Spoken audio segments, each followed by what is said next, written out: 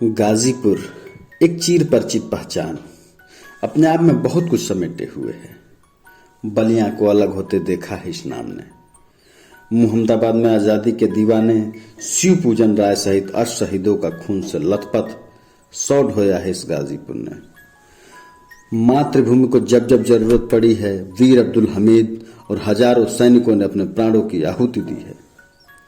वे इस नाम से जाने गए, गाजीपुर के नाम से। इन्हीं क्रांति के दीवानों की वीरता और शहादत ने गाजीपुर को वीरों की धरती, बलिदानी धरती और शहीदों की धरती होने का गौरव दिलाया है। गाजीपुर में गुरुदेव रविन्द्रनाथ टैगोर आए और लगभग 7 माह रुके और मानसी तथा नौका डूबी पुस्तकों की रचना कर डाली। स्वामी विवेकानंद आए और उन्होंने गाजीपुर को नजदीक से समझा, देखा और परखा। पत्थर घाट से लेकर गाजीपुर घाट तक फैला यह लंबा शहर है और इस लंबी दूरी में मां गंगा के लगभग 20 घाट इस लहुरी काशी के चरण पखारते रहते हैं। कभी देखने का अवसर हो तो आइए हमारे गाजीपुर में। कभी सड़क अथवा रेल से जाते समय आपने गाजीपुर को देखा होगा तो ताड़ के बगीचे से अधिक कुछ नहीं लगा होगा अपना गाजीपुर, पर आपका भ्रम है। आइए, इस गाजीपुर में बहुत कुछ है। एक कवि ने इस शहर के विरोधाभास को इन पंक्तियों में उकेरा है।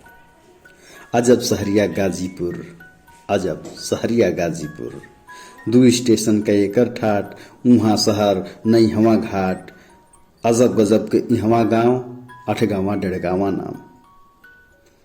जब इस कवि ने लिखा होगा तो उस समय गाजीपुर सिटी स्टेशन के न इस पार शहर था न उस पार शहर था। अब तो सुदूर उस पार उत्तर तक शहर बस गया है। उसी समय उस कवि ने लिखा लॉर्ड कॉर्नवालिस के मकबरे के बारे में, यह जान मनसब्बुर बा कि लॉर्ड साहब को कब्बुर बा। अर्थात गाजीपुर के लोग निराले हैं। यहाँ पे लॉर्ड कॉर्नवालिस की कब्र पर भी उनको फक्र है।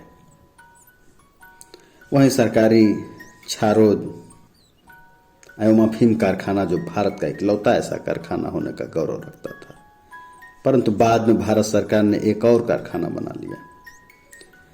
गाजीपुर के आर्थिक संवर्धन में इस कारखाने की महत्वपूर्ण भूमिका रही, पर तभी तक जब तक गाजीपुर में पोस्ता की खेती होती थी।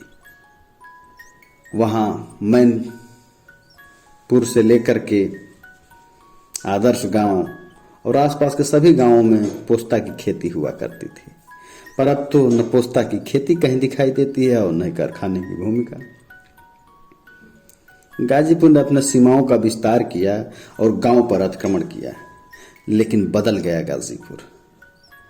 तत्कालीन सांसद और विकास पुरुष माननीय मनोज सिन्हा जी ने राज्य मंत्री रहते हुए आजादी के बाद पहली बार गाजीपुर का कायाकल्प किया। रेलवे स्टेशन का विधिवत विस्तार, दोहरीकरण व सुंदरीकरण करा करके दशकों से जमी हुई काई को हटा दिया, तो दूसरी तरफ रेलवे प्रशिक्षण संस्थान की स्थापना कराकर जनपद को एक नई सौगात दी। तो जन सरोकार से जुड़े मेडिकल कॉलेज की नींव भी डाल दी। लगातार विकास के नए आयाम गढ़ता रहा गाजीपुर।